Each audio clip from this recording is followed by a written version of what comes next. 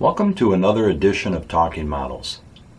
Today we're continuing our series highlighting the kits from Janus Model Company. Today we're going to take a look at which I consider to be one of their best sculpts, sculpted by Yagher, and it's Chaney Sr. as the Man of 1,000 Faces. Just a stunning and simply beautiful kit. This is the box art from the kit. When I got it, this came with the kit, and it's just beautifully drawn. Just shows this kit in drawing, and then we have the kit brought to life. Let's talk a little bit about this kit today.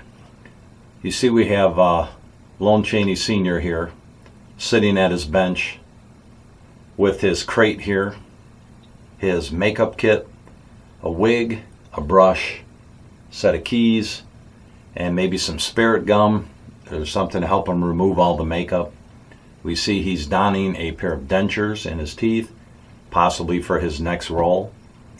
Looking into the mirror to see just how that looks. Of course, surrounding him is three of his creations: Hunchback of Notre Dame, Phantom of the Opera, and the vampire from the lost film London After Midnight. And you can see there's just so much detail in this kit. I'm going to give you a little bit of a look here. Jeff just captured these three characters here, to me, just perfectly.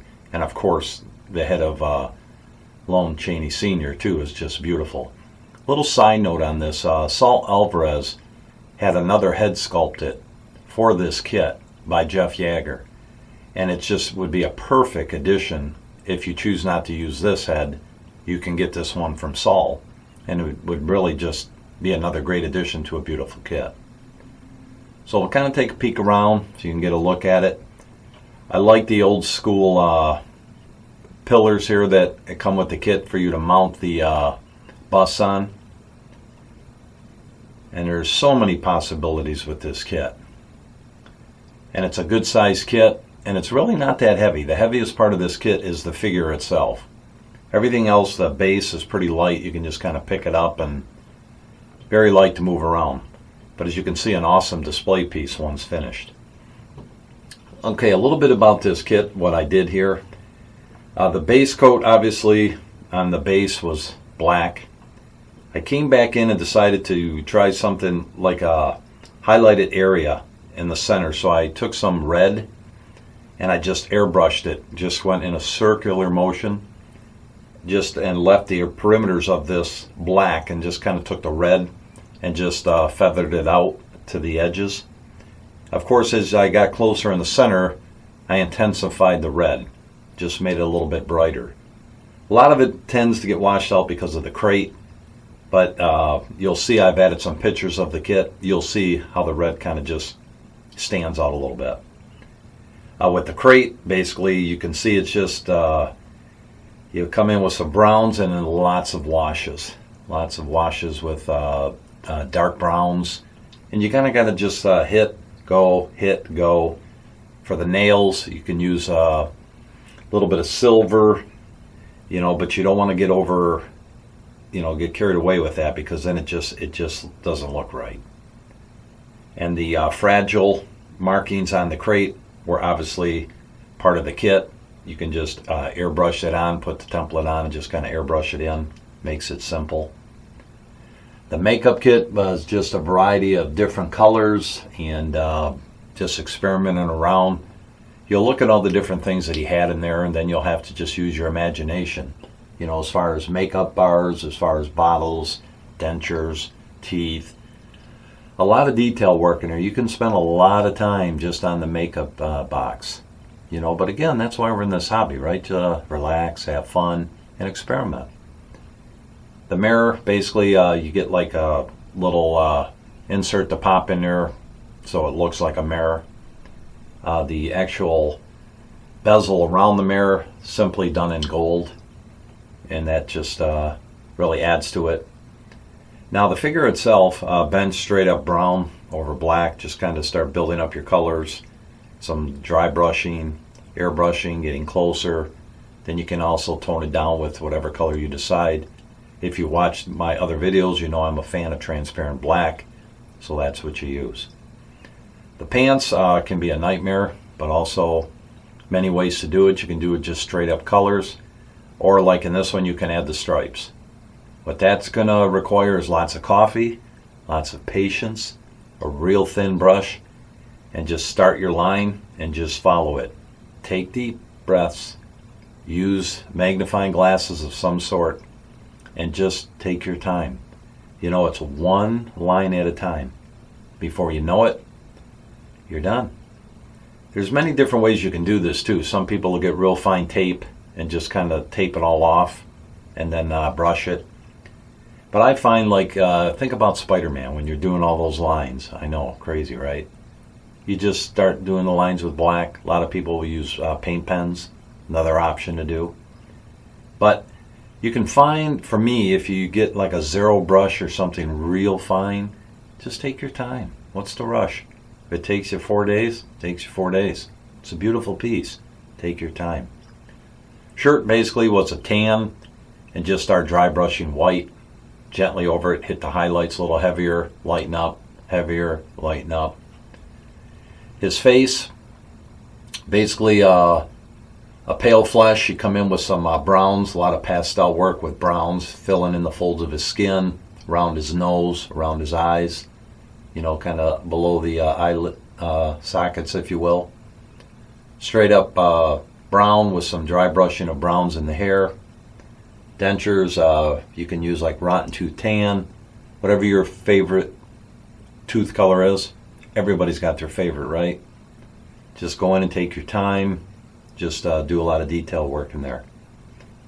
On the figures, we'll start over here with the Hunchback.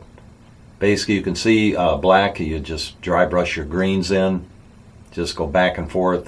Come back in with some blacks. Tone it down. The shirts, you can see on here basically some reds. You know, over black will give you a lot of pop. And that's my style. I like to go for the pop. Face, again, flesh tones, reds, pastel work around the eyes, some burnt sienna pastels around the hairline, go on the lips, you got the eyes. Again, you always want to try to blend the hair to the face.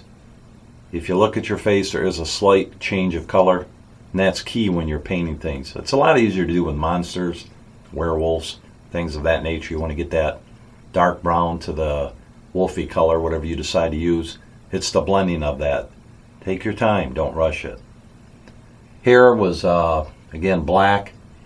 Come in with some raw sienna or whatever color you like to use. A lot of times I will like to use like Freak Flex. Has, it's similar to sienna color. And you just start dry brushing it in, and it pops. For the Phantom, kind of wanted to go with the yellows that you read about in the movie. They always said he had yellowish skin. And again, you can use whatever color you decide to use. Lots of tans, lots of washes with browns, dark brown. You can come in. This is really a pastel dream, these heads. And of course, this is where you're going to really brush up on your dry brushing techniques.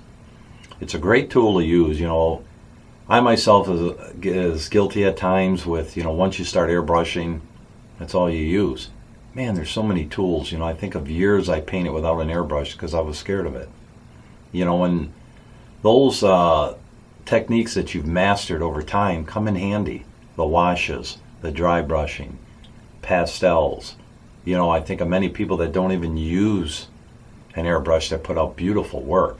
You know, I think of a Brian Hamilton. Not only is he an amazing sculptor, but he does everything by hand. You know, on some days I always say, hey, I'm going to do this one strictly by hand. Of course, the next thing I know, I'm firing up the compressor, airbrush is running, and away I go. So this is a good kit to practice all those techniques of washes, dry brushing, using your pastels. You'll find that almost the whole heads on these, you won't even end up using your airbrush, unless, you know, for like a base coat if you like. That way you get that smooth flesh look. So back down to the Phantom here, you know, whites, dry brushing on the shirt. airbrushing in some near black on his suit. Same for his tie. The hair, just take some grays, lightly dry brush the hair to give him that dirty old man look. This one's a little heavier with the pastel work with the reds and such in the eyes to really give it that sinister look.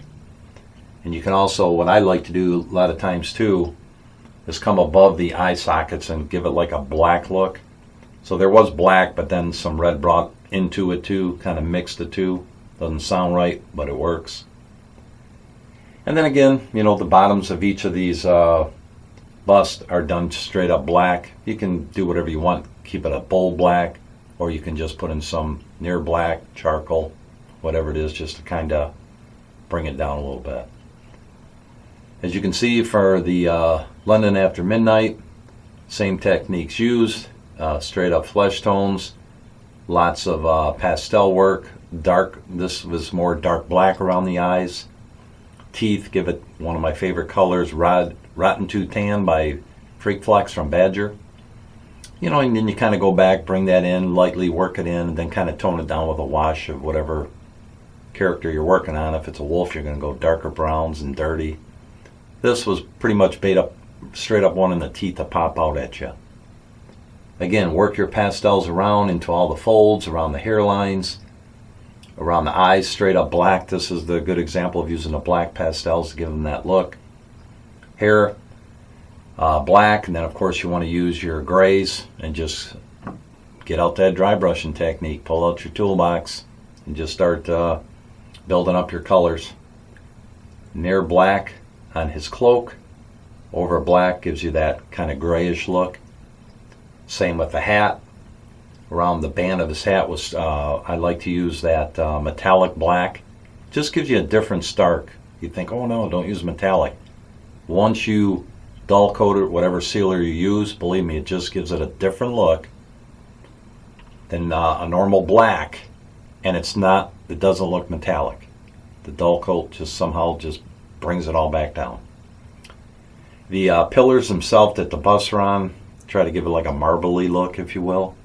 Basically, that fine brush, come out and do your lines with a light gray, and it comes out with this effect.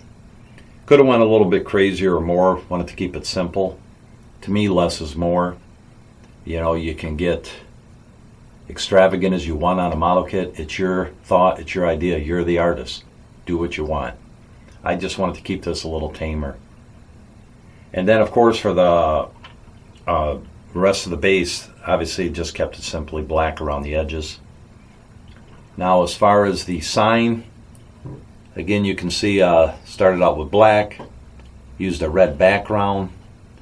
This is kind of a yellowish look. There's many different colors you can use. I always like Poisonous Plague Yellow, I believe it's called, from the Badger Freak Flex line.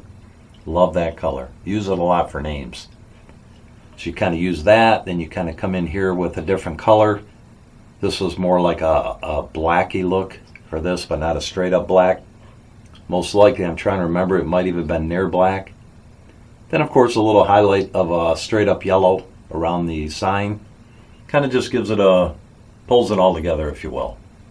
Again, you can do what you want with signs. They can be stark, they can be in the background. This one I wanted in the middle of the road, if you will. And that's what ended up what we did here. I wanted Lone Chaney's name to be the center of it. That's why that color's used. That's why it stands out more. To me, that's what this kit is, a tribute to this man. The man of 1,000 faces. And that's this kit. It's just a beautiful kit from Janus. Believe it or not, you can find this kit on eBay from time to time. Not too bad of a price. Seems to be one that usually is in, $300 to $400 range. And it's not bad considering it's a kit long gone, molds are gone. And if you can find one, do yourself a favor and pick it up. That's definitely my recommendation. This is one of the highlights on my Janus wall behind me. So this is the Janus kit of the Man of 1,000 Faces. And I appreciate your watching this today. And hopefully you picked up a couple ideas. And maybe you're going to hit eBay right after you watch this and start looking for this kit. It is out there. And again, I want to thank you so much for your support of this channel, Talking Models with Troy Nayert. And I invite you to subscribe to this channel so you can see the new videos as they come out. This actually ends for now the look at Janus model kits in my collection. And we'll be moving on to something new.